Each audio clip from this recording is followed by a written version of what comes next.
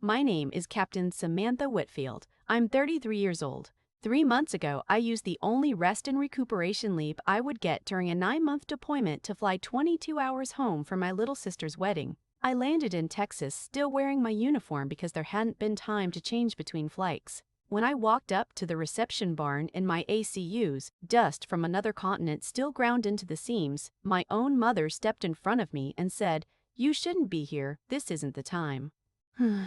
I stood there holding a wrapped gift I'd shipped to myself 2 months earlier so it would be waiting when I landed, and I watched my mother's face. There was no surprise in it, no flicker of, "Oh, thank God you made it." Just a kind of practiced calm, like she rehearsed this moment in a mirror. 3 days later, she called me. Not to apologize, she called about a bill, $36,500, and what I told her, she did not expect. Before I tell you what happened at that barn, take a second and hit like. But only if you actually mean it. And if you're listening from somewhere far from home tonight, drop your city and your local time in the comments. I read every single one. Now let me take you back to last October, to the night my sister told me she was engaged. I was sitting in a container in the desert when my phone buzzed with a video call. Overseas, on deployment, our comms window was maybe 20 minutes a day if the satellite cooperated, so when Madison's name popped up, I answered before the second ring. "I'm engaged!" She squealed, thrusting her hand at the camera so hard the picture blurred. "Connor asked me at his family's ranch. It was perfect, Sam." Something in my chest lifted, unguarded and real. "Madison, that's incredible. Congratulations." "Thank you." His family already offered to host at their property. You know the Brennans, right? Everybody in Sweetwater knows the Brennans. I did know them. Brennan Construction had built half the strip malls and half the churches in 3 counties. Connor was the younger son, quiet, polite, the kind of rich that didn't need to announce itself. My mother, Carol, drifted into frame behind her, arranging something on the kitchen counter without looking up. "Say hi to your sister," Madison said, tilting the phone. Carol leaned in. Her smile arrived a half-second late, like it had to be summoned. "Hi, honey, exciting news, right?" "It really is," I said. "When's the date?" "I'll start working out, leave." A pause. Carol glanced at Madison, then back at the camera. "Oh, don't stress about that yet. You're clear across the world. We'll figure out logistics later." "Mom, it's Madison's wedding. I'm coming." "Well, we'll see what the Army allows." She straightened and turned away from the phone. "Anyway, we've got a lot of planning to do. I'll let your sister fill you in." She was gone from frame before I could answer. Madison kept talking flowers, color palettes, whether burgundy or rust looked better against the barnwood, and I listened and smiled and took mental notes. But something sat heavy in my stomach the way it does right before a mission brief goes sideways. That was the first time in almost 2 years I had a real reason to go home. I should have paid closer attention to how hard my mother was working to give me a reason not to. 2 weeks later, Carol called. Not Madison. Carol, on a Tuesday, which meant she'd been thinking about this call since she woke up that morning halfway around the world. "Sam, I need to talk to you about something practical." "Okay." "The venue needs a card on file to hold the date. Your father and I, well, our credit took a hit after the truck loan, and Madison just started her job. She doesn't have the history yet." A beat. "It's 4 vendors total. We just need somebody with clean credit to sign." "How much are we talking?" "All in, about 37,000, but you'd only put down 4,000 up front.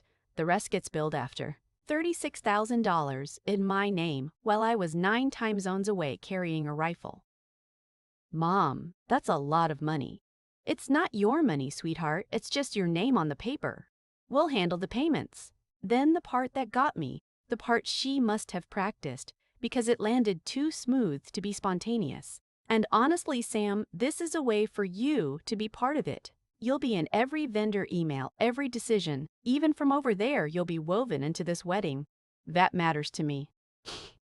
I didn't say anything for a second. 11 years in this uniform, and the thing I want more than almost anything is to matter to my family, the way I matter to the soldier standing next to me in a firefight. She knew exactly which door to knock on. "Fine," I said. "Send me the contracts." I signed all 4 that week, from a cot with spotty Wi-Fi, between shifts, half reading the fine print because I trusted the people asking. I'd co-signed a car loan for my dad when I was 22. That took 3 years to untangle from my credit. I'd wired Carol $4,000 at 28 for what she called a plumbing emergency and turned out to be Madison's tuition gap. I told myself this was different. This was my sister's wedding, and I was the one with the stable paycheck and the good credit score and the deployment pay sitting untouched in an account I barely looked at. Somebody had to sign. It might as well be me. I told myself that was what family does. Over the next 4 months, the wedding took shape from 6,000 miles away, and I watched almost none of it happen.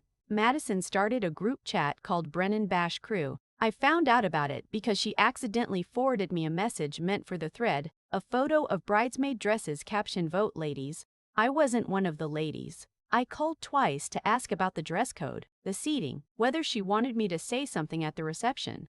The first time she said she'd get back to me. The second time it went to voicemail, and an hour later a text arrived. "So busy with planning, talk soon." I called my mother to ask if there was anything I could help coordinate. "Everything's handled, honey," she said. "You don't need to worry about a thing." I never got a formal invitation, not printed, not digital. I told myself that was normal. You don't send your own daughter an invitation. She's family. She's automatically included. Then, 3 weeks before the wedding, Madison posted a photo. Rehearsal dinner at a steakhouse in Sweetwater, her in a white sundress, bridesmaids fanned around her, Carol beaming at her side. Caption, "My whole world, right here." I stared at that photo during my only comms window that day. I counted the faces twice. I wasn't in it. I hadn't been invited to the rehearsal. I mentioned it to the soldier who bunked 2 racks down from me, Sergeant First Class Marcus Diaz, who'd known me since basic and had learned somewhere along the way to hear the things I wasn't saying out loud. "You keep telling me this is normal," he said, not looking up from cleaning his weapon. "Normal doesn't usually need that many excuses stacked on top of each other. It's a wedding, Diaz. People get busy." "Sure." He set the bolt carrier down and looked at me straight. "You ever notice you're the only one over here explaining why the people back home are acting weird? Everybody else just says their people are excited." I didn't have a good answer for that. I filed his voice away in the back of my head, the way you file away a warning you don't have time to act on yet. I put in for the R&R slot that week. Every deployed soldier gets one chance, usually somewhere in the middle of the tour, 2 weeks of leave and the flights to use it. Mine happened to fall right on top of the wedding date, which felt like the first piece of good luck I'd had in months. I told myself the timing was a gift. I didn't yet understand it was a test. I flew for 22 hours through 3 airports in my dress greens because there hadn't been time or space in my duffel to pack a second outfit, and because some part of me, if I'm honest, wanted my family to see me the way the rest of the world saw me. Somebody who showed up. Somebody who showed. On the last leg, somewhere over the Atlantic, I opened the Notes app on my phone and started drafting a toast. Nothing long, maybe 90 seconds. I wanted to tell the story of how Madison used to make me play wedding with her stuffed animals when she was 6, always casting me as the chaplain, never the bride. I thought people would laugh. When we landed for the layover, I texted my mother. "Landed. 1 more flight. Can't wait to see everyone." 40 minutes of silence. Then, right before boarding, 5 words. "Okay, busy. See you tomorrow?" No exclamation point. No safe travels. No, "we're so proud of you." I looked at that text while the gate agent called my boarding group, and something in me went quiet in a way I didn't have a name for yet. I checked into a motel outside Sweetwater a little after 10 that night. The clerk recognized my uniform before she recognized my name. "Thank you for your service," she said, and then, "Oh, you're not here for the Brennan wedding tomorrow, are you? Whole town's talking about it." "Something like that," I said. I hung my dress uniform in the closet and lay awake doing math I was afraid to finish. $36,500 on my card. 6 years of quietly wiring money home whenever a crisis called. The Christmas I FaceTimed, and nobody picked up because they'd forgotten to mention the neighbor's party. The mantle at my parents' house. 3 photos of Madison's graduation. None of mine from basic. None of mine pinning on my bars. If I kept doing this, kept showing up and paying and swallowing the silence, what exactly would I lose? Not money, myself. I fell asleep telling myself one more time that tomorrow would be different. Saturday, 1:45 in the afternoon. The Brennan family's ranch sat on rolling acreage outside town, white fencing, string lights threaded through live oaks, a gravel path lined with mason jars and wildflowers. I parked at the far end of a lot already crowded with trucks and a few luxury SUVs that could only belong to Brennan cousins. I smoothed my jacket, picked up the gift, and walked toward the barn. I saw my father first. Walter stood near the double doors in a rented suit that didn't sit right on his shoulders, shaking hands with a man I didn't recognize. When he looked up and saw me, his face changed, surprise, then something closing over it like a shutter. He didn't wave, he turned and walked inside. I kept walking. 15 yards out, 10, 5. The doors opened and my mother stepped through them. Carol wore champagne silk, hair done, makeup perfect, jaw set like poured concrete. She planted herself directly in my path, hands clasped in front of her. Not open, a barricade, Sam. Her voice was low, controlled. "Hi, Mom, I made it." She didn't hug me. She didn't move aside. "You shouldn't be here. This isn't the time." "Mom, I flew 22 hours on a leave. I only get once this whole deployment. I'm here for Madison's wedding." Her eyes flicked to the guests drifting past behind me. "People are watching. I'm your daughter." She stepped in close enough that I caught her perfume, the same one she'd worn my whole life. Her voice dropped to a whisper sharper than any shout. "You're a distant cousin today. That's all you need to be. I don't want to complicate things with the Brennans." I stood there, the gravel shifted under my boots. Behind her, through the half-open door, I could see white folding chairs in neat rows, garlands strung from the rafters, a string quartet tuning up. Everything I had signed for with my own name. "A cousin," I said. "I paid the deposit on every one of those chairs, Mom. This isn't about the money. It's about what's appropriate." Appropriate. "Sam, please, don't make a scene." That was when the barn door opened again and a tall silver-haired man in a pressed shirt stepped out onto the gravel. He had the bearing of somebody who'd spent 30 years giving orders on job sites, and his eyes went straight to my uniform, to the rank on my collar, to the unit patch on my shoulder, before they ever landed on my face. "Captain," he said, and something in his posture shifted, straightened, the way soldiers straighten for each other without thinking about it. "Thank you for your service." He put his hand out. "Roger Brennan, are you Madison's sister? She mentioned once she had an older sister overseas." I saw my mother's spine lock. I shook his hand. "Yes, sir. Captain Samantha Whitfield. I'm Madison's sister." Carol's laugh came out too fast, too bright. "Roger, she's a distant cousin. She's a little confused about the schedule. We should really." "Mrs. Whitfield," Roger said slowly, "you told my wife you had one daughter." The silence that followed lasted maybe 3 seconds. It felt like 30. I didn't yell. I didn't cry in front of them, not yet. I looked at Roger, then at my mother, then I said it plainly. The way you deliver a report you know is true and don't need to defend. I'm Samantha Whitfield. I'm Madison's older sister. I signed every vendor contract for this wedding and paid the deposits before I deployed. I hope Madison and Connor have a wonderful life together." I set the gift down on the stone step, gently, like it still mattered, because it did. "Keep this for her," I said. Then I turned and I walked back down the gravel path past the mason jars, past guests still arriving in 2s and 3s, laughing about the heat. And I did not look back until I was sitting in my rental car with the door shut. Then I cried. The quiet kind. The kind where your shoulders shake, but your mouth stays closed, because 11 years of training taught you not to make a scene even when you're finally fully allowed to. Behind me, faintly through the open windows of the barn, a string quartet started Pachelbel's cannon. The ceremony was starting. I started the engine and pulled out of the lot, and in the mirror, the barn shrank down to a speck of gold light. I hadn't raised my voice once, and leaving quietly felt, for the first time in a long time, like the strongest thing I'd ever done in or out of uniform. Now, I know some of you are already yelling at your screen. Why didn't you push past her? Why didn't you say more? Trust me, I asked myself that the whole drive back. But tell me something. If your own mother told a stranger you didn't exist, right to your face, in front of the family you were about to marry into, what would you have done? Tell me in the comments, and if any part of this is landing somewhere true for you, go ahead and hit that subscribe button. It helps more than you'd think. Back at the motel, I sat on the edge of the bed, still in my dress greens, mascara smudged, hands finally steady. The toast I'd written was still open in my notes app. I closed it without reading it again.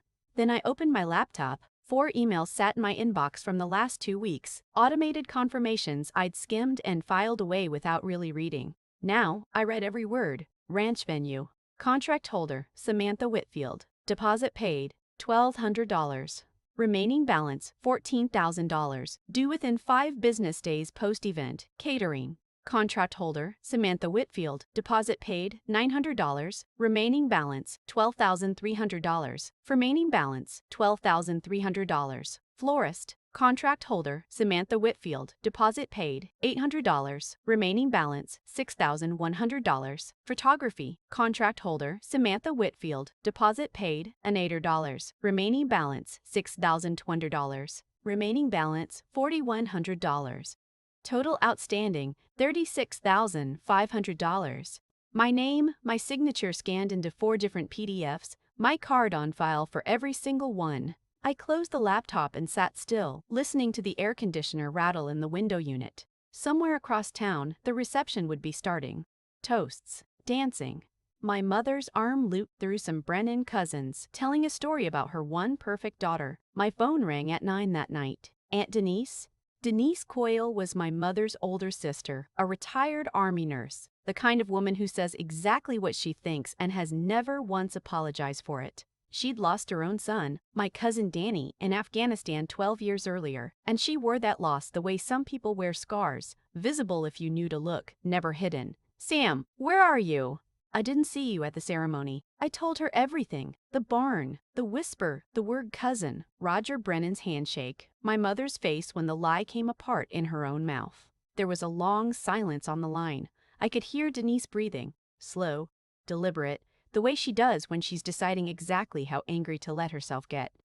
"She told the Brennans she had one daughter?" That's what Roger implied. "Yes." Ugh, Lord have mercy. A pause, and then her voice changed, flattened out into something harder and more careful. "Sam, listen to me.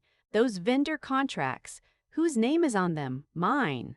"All of them?" "All of them." Denise went quiet again. When she spoke, there was a different kind of edge underneath the anger, something more strategic. "Then you hear me on this. Your mother stood in front of a stranger and said you don't exist. You do not owe that room a single dollar. Not one."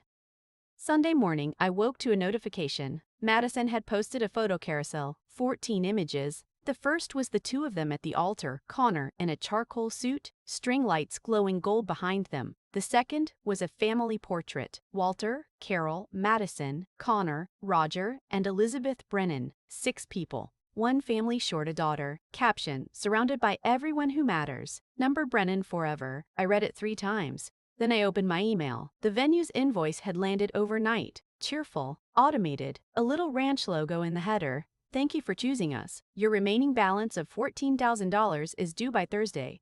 Below it, 3 more, all time-stamped from the night before, all addressed to Samantha Whitfield, all with the same 5-day countdown. Something shifted in me then. Not a snap, not a sudden burst of rage. Quieter than that, like a door that had been stuck for years finally clicking open. I was the only person who'd paid for that wedding. I was the only person not in those photographs, and I was the only person receiving invoices for a party I'd been thrown out of in front of a stranger. Something had to give, and for the first time in my life, it wasn't going to be me. Sunday afternoon, a voicemail from Madison arrived instead of a call, like she was checking a box off a list. I pressed play. "Hey Sam, so the wedding was amazing, like literally perfect. Connor's family was so sweet about everything. Sorry things got kind of weird at the door. Mom said it was for the best. And honestly, I think she was right. It would have been a lot to explain with the Brennans there. But seriously, thank you for handling all the vendor stuff. You're the best big sister. Love you. Talk soon." I listened to it twice. Sorry things got kind of weird. Not I'm sorry. Mom turned you away. Not I should have said something. Not I would have fought for you. Just thanks for paying. Dressed up in a compliment I used to love hearing and now heard clearly for what it was. She only called me that when she needed something. I didn't call back. I set the phone face down on the nightstand and stared at the popcorn ceiling of a motel room in the town I grew up in. And I thought about the fact that I had 4 days before those invoices came due and my family had just told a room full of strangers I didn't exist. Sunday night, I did something I should have done from the start. I called the base legal assistance office back at my duty station and got connected with Major Patricia Kim, one of the Judge Advocate General officers who handles exactly this kind of thing for soldiers free of charge. Because the Army understands that people far from home get taken advantage of by the people closest to them. Captain Whitfield, she said, once I'd laid it all out. I want to be straightforward with you. Your name is on those contracts. Under normal circumstances, that means you're the one financially obligated, full stop. Okay, but there are a few things working in your favor. First, the Servicember Civil Relief Act gives active duty personnel real protection against certain civil obligations entered into or coming due during deployment, especially where there's an argument the agreement wasn't fully informed or was obtained under pressure. You sign those contracts remotely, on deployment, under time constraints, based on representations your mother made to you about your role and inclusion in the event. That's not nothing. So I have a case. You have leverage. Whether a court would rule in your favor after the fact is one question, but most vendors in a small town don't want that fight either. They don't want to be the business that spent 6 months chasing a deployed Army captain for money, while the family who actually threw the party and benefited from every plate of food and every centerpiece sits in town doing nothing. She paused. You send a formal letter, cite the act, lay out the facts plainly, no drama, and request the balance be redirected to the event hosts, the people who actually receive the services. In my experience, most vendors take the path of least reputational risk. That path runs straight at your mother's front door, not yours, and if they don't take it, then we deal with that next. But Captain, I've seen this play out more than once. Nobody wants to be the caterer who spent a year suing a soldier over her sister's wedding cake. Send the letters. Let's see what happens. I didn't get an answer that night. I sat with the uncertainty of it, which was its own kind of hard, the not knowing, and I understood for the first time that standing up for myself wasn't going to be a clean, instant fix. It was going to be a fight with real risk in it, the same as anything worth doing usually is. Monday morning, with Major Kim's guidance, I drafted 4 identical letters, one to each vendor, citing the Servicember Relief Act, laying out plainly that I was an active duty Army officer who had signed these contracts while deployed, based on assurances about my role in the wedding that had since proven false, and that I was formally requesting the outstanding balances be directed to Carol and Walter Whitfield of Sweetwater, Texas, the hosts and beneficiaries of the event. I sent them Monday afternoon. Then I changed my flight, packed in 10 minutes, and left before the sun came up on Tuesday, driving 2 hours to the airport past the diner and the hardware store and the house I grew up in. Porch lights still on my name, unspoken inside those walls over coffee and leftover cake. 22 hours later, I landed back overseas, back at my duty station, back to a cot and a rifle and a job that had never once asked me to disappear to make someone else comfortable. Tuesday afternoon, my time, my phone rang. Mom. I let it ring twice. Then I picked up. Sam, honey. Sweet light, the voice she uses when she wants something. How was your flight back? Fine. Good, good. Listen, I got the strangest calls today. The venue, the caterer, they're saying you sent some kind of legal letter about not paying. The balance is $36,500, Sam. How are we supposed to handle this? You handle it, Mom. Not me. A beat of silence. Excuse me. I filed formal notice that I'm not authorizing further charges. I signed those contracts because you told me I'd be part of this wedding. Instead, you stood in front of a stranger and told him I don't exist. Those two things can't both be true, and I'm done pretending they can. You're blowing this out of proportion. $36,500 is the proportion, Mom. Your father's blood pressure has been through the roof since Saturday. If something happens to him, that's on you. Ugh, there it was. The card she always kept in reserve. Dad's health is between him and his doctor, not me and my credit card. The line went dead. She hung up, no goodbye, just a click, and then quiet. I set the phone down on the small folding table in my quarters, and I noticed my hands were steady. My heart rate was normal. For the first time in months, the noise in my head had gone quiet too. She called back 40 minutes later, no sweetness left in her voice at all. Do you have any idea what you've done? The venue is calling me directly. I'm getting invoices forwarded with your name crossed out and mine written in. Do you understand how humiliating that is? I imagine it's about as humiliating as being called a stranger at your own daughter's wedding. That is not the same thing. You're right. Yours cost $36,500. I raised you. I drove you to every practice, every recital, every single day for 18 years, and now you're going to bankrupt this family over your pride? It wasn't pride at the door, Mom. It was the truth. Fine. Fine, Sam. You want to play it this way? I'll tell everyone in this town exactly what kind of daughter walks away from her family. Go ahead. I'd rather be the daughter you badmouth than the daughter you pretend doesn't exist. That stopped her cold. I heard her breath catch, sharp and involuntary, like she'd stepped into cold water without meaning to. You don't mean that, she said, quieter now. I do. She hung up again. This time I didn't stare at the phone.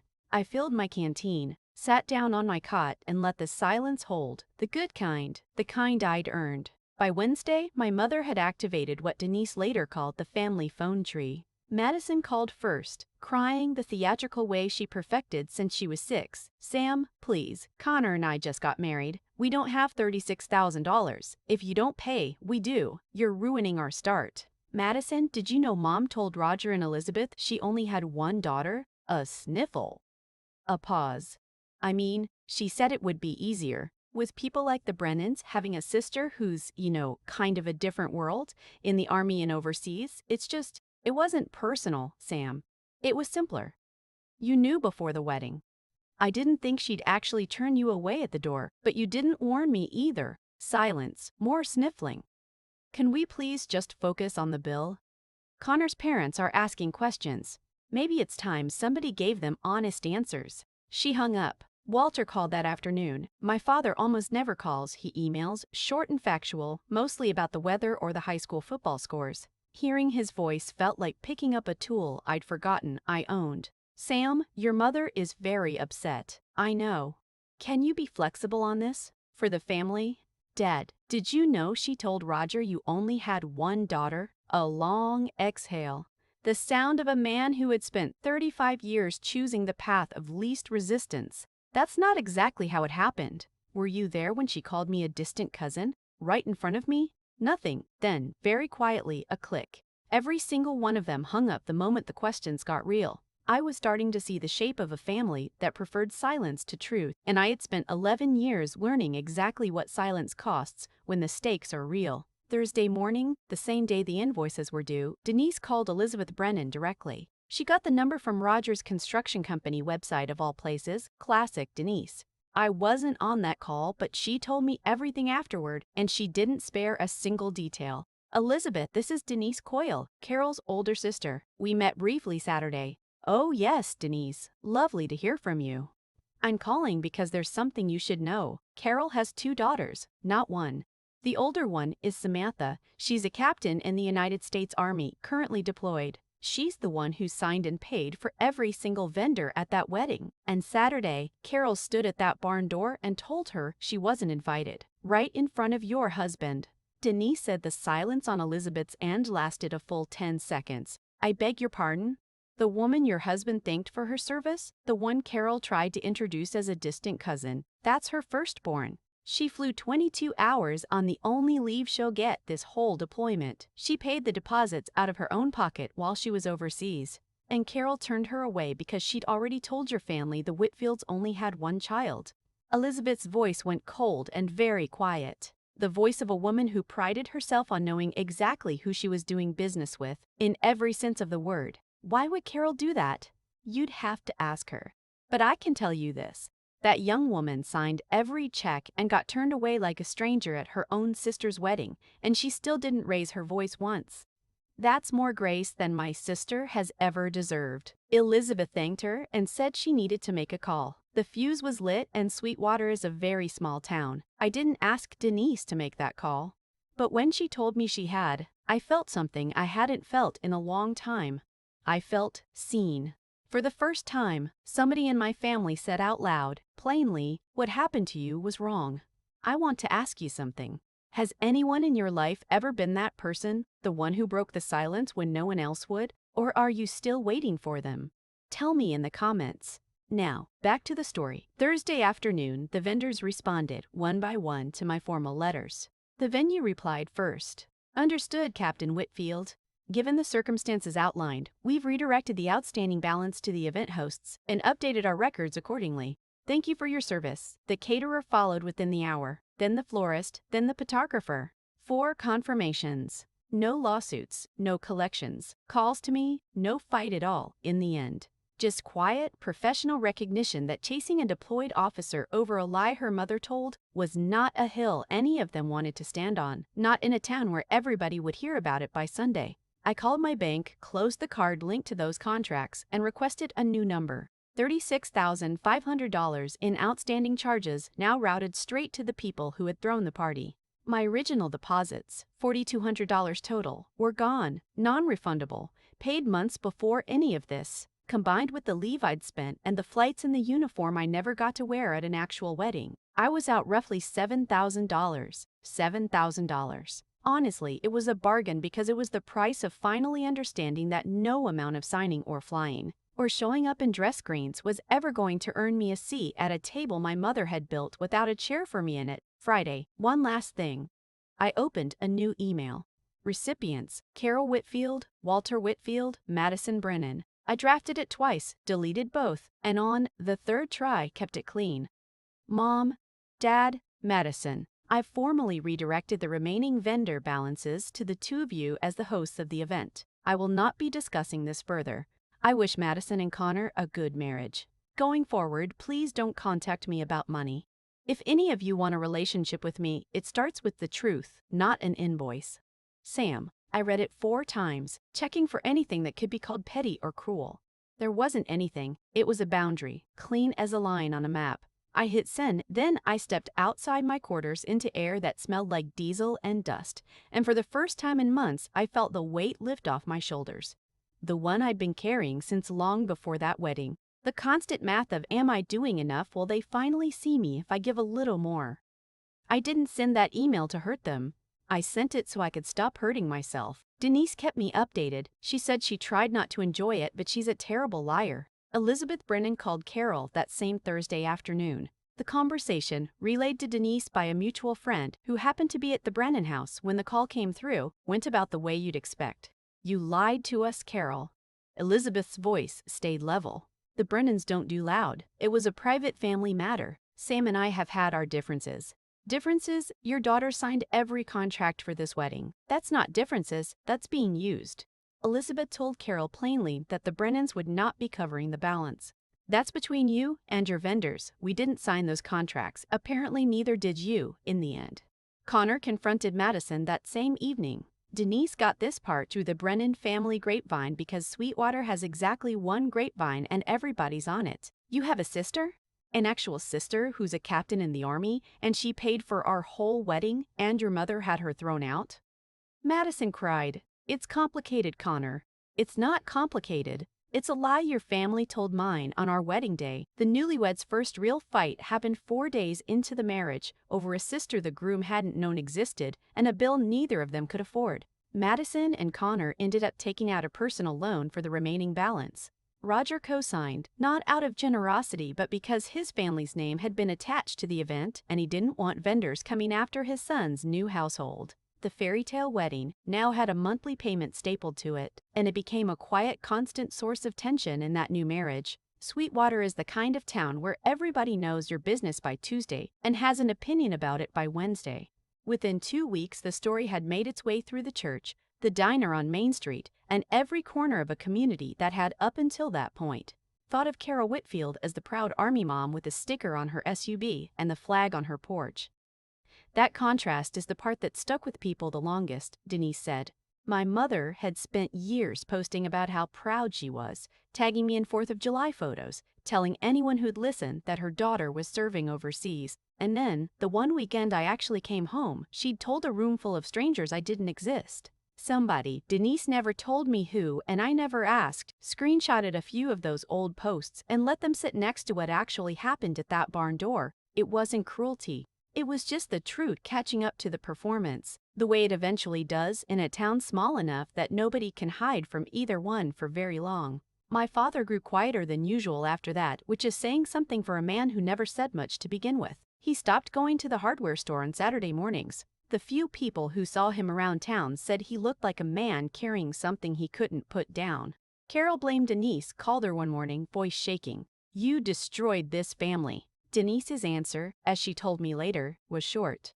I didn't destroy anything, Carol. I just stopped covering for you. Carol hung up and added Denise to a growing list of people she wasn't speaking to. That list kept getting longer, and the image she'd spent years building, devoted mother, proud army family, kept crumbling. Not because anyone attacked it. It crumbled because somebody finally told the truth out loud. 2 weeks after the wedding, a text arrived from Madison, long and rambling, the kind where you can almost hear someone crying while they type. Sam, I'm so sorry about everything, it all got out of hand. I didn't know Mom was actually going to say that to the Brennans, I swear. Connor's furious with me. His parents barely look at me now. The loan payments start next month, and we're already behind on the apartment deposit. I know this is a lot to ask, but could you maybe cover part of the balance? Even half? I'll pay you back, I promise. You're my sister, and I love you, and I just need help right now. I read it at my desk during a break between shifts. Read it again. Then, a third time, looking for one specific thing. An apology for the door. An acknowledgement that she'd known and hadn't stopped it. A single sentence that said what happened to you was wrong. It wasn't there. The whole message was about her problems, Connor's anger, the loan, the apartment, the cold shoulder from his parents. My pain wasn't mentioned once. It was a crisis update wearing an apology's clothes. She was sorry about the mess, not about the wound. There's a difference. I typed my reply carefully. Madison, I'm sorry you're dealing with this. I really am, but I can't help financially. The line I drew isn't about money. It's about being treated like family. Real family, not the kind that gets erased the second it's inconvenient. When you're ready to talk about that instead of the invoice, I'm here. I hit send, closed my laptop, and went back to work. She didn't respond. Not that day. Not that week. I wasn't surprised. She'd never quite known what to do with me when I wasn't useful for something. 1 month after the wedding, an email arrived from my father. My dad doesn't email. He calls, rarely, and talks about the weather or the Cowboys' defensive line. In 33 years, he had never written me anything longer than a birthday card. So when I saw his name in my inbox with the subject line, "From Dad," I sat up straighter at my desk. Sam, I know I should have said something that day at the barn. I didn't. I stood there like a fence post while your mother handled it, and I didn't open my mouth. I don't have a good reason. I was a coward, and that's the truth of it. Your mother and I are working things out with the vendors on our own now. We don't need your money. I'm writing because I wanted you to know I'm sorry. I should have walked you in myself. I'll carry that one for a while. Dad. I read it 5 times, once at my desk, once before lights out, once more the next morning before physical training.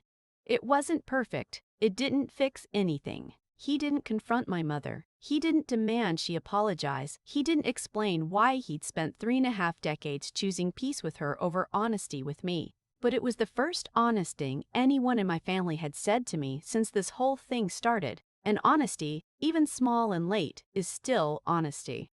I didn't reply right away. I needed a few days. When I finally wrote back, I kept it short. Dad, thank you. That means more than you know. I'm not ready to come home or pretend everything's fine, but I read your email and I'll keep reading it. Sam. Short, careful. The door left open exactly 1 inch. Not wide enough to walk through yet. Not locked either. He never wrote back. I didn't expect him to. But he'd said it, and I'd heard it, and some things only need to be said once to matter for a very long time.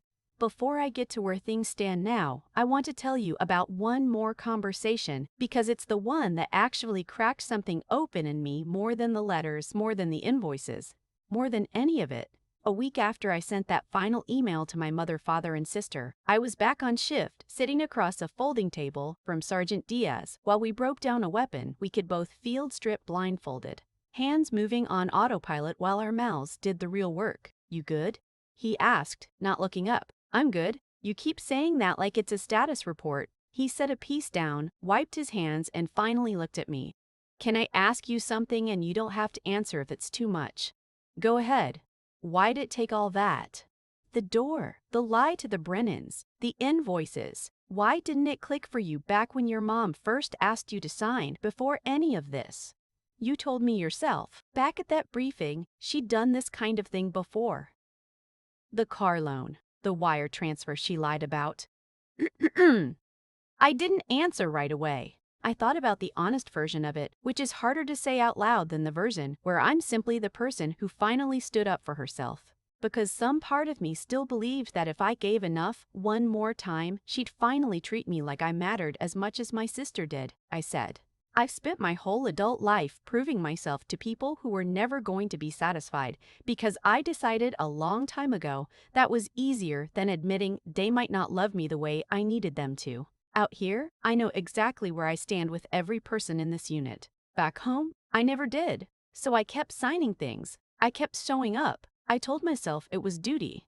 It was really just hope wearing a uniform. Diaz nodded slowly, the kind of nod that isn't agreement so much as recognition. My old man used to tell me love that keeps a scoreboard isn't love. It's a transaction with a really good marketing department. He almost smiled. Sounds like your mom's been running the same play a long time. She has. You gonna keep playing?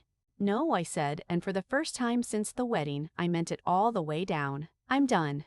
He handed me a part to reassemble and let the conversation end there, the way soldiers do when they've said the thing that needed saying and don't need to dress it up any further. That conversation sat with me longer than almost anything else that happened that whole deployment. It's easy to draw a line when you're angry. It's harder and more permanent to draw one when you finally understand exactly why you never drew it before. 6 months have passed since that Saturday at the ranch outside Sweetwater. I finished the deployment, came home to my duty station stateside, got selected for a company command I'd been working toward for 2 years.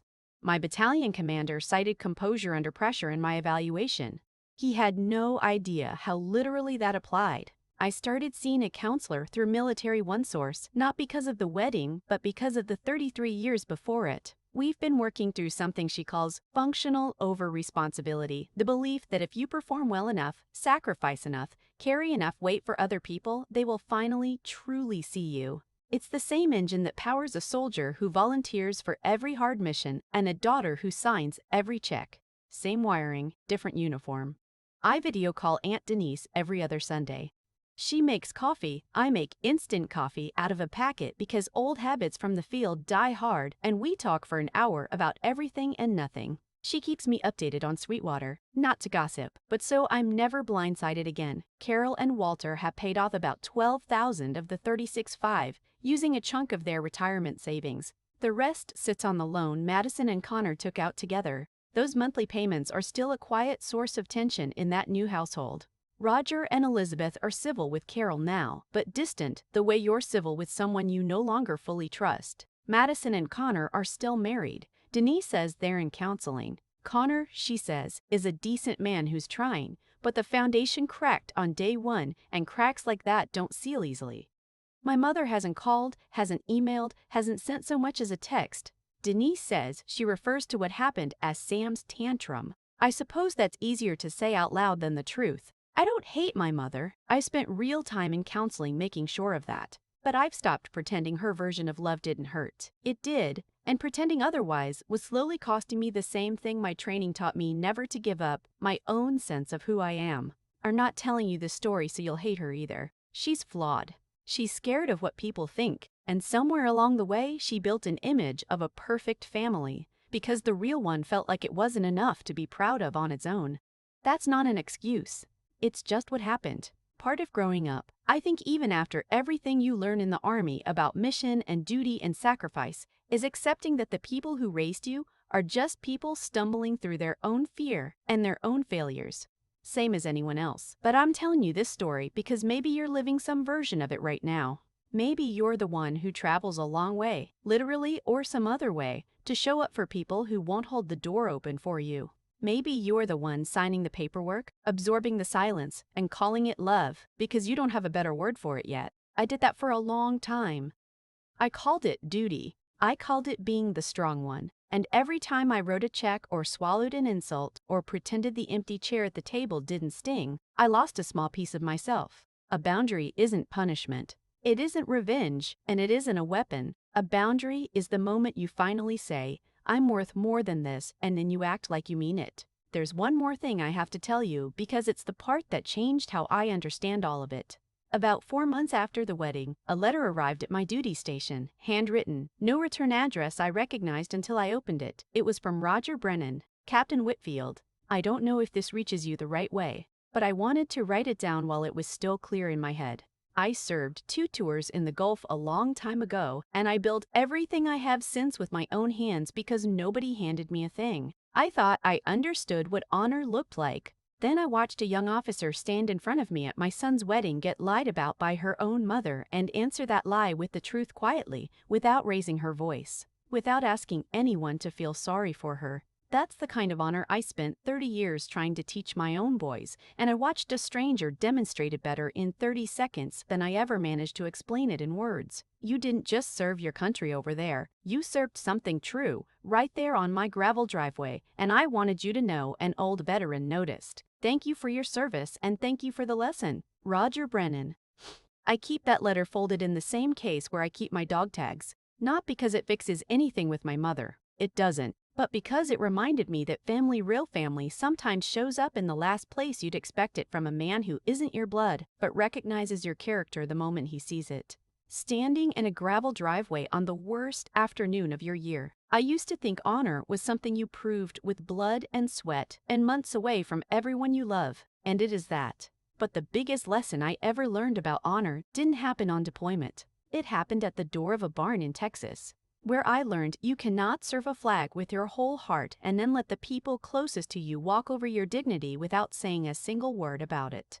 $36,500 was the price of that truth, and I have never once regretted the dollar I didn't pay. If you're the one who always pays financially, emotionally, in every currency there is for a seat at a table that was never really built for you, maybe it's time to build your own table and sit at the head of it. I didn't lose my family that Saturday at the barn. I found out exactly who I was, uniform and all. And honestly, she was worth every bit of the wait. Thank you for staying until the end of this one. It means more than you know. I want to ask you something before you go. If you'd been standing where I was standing, would you have paid the $36,500, or would you have drawn the line the way I did? Drop pay or boundary in the comments. I'll be reading every single one of them. And if this story touched something real in you tonight, hit that like button and subscribe if you want more stories like this one about family, about boundaries, about learning to hear your own voice even when the people closest to you have spent a lifetime trying to talk over it. I'll see you in the next one.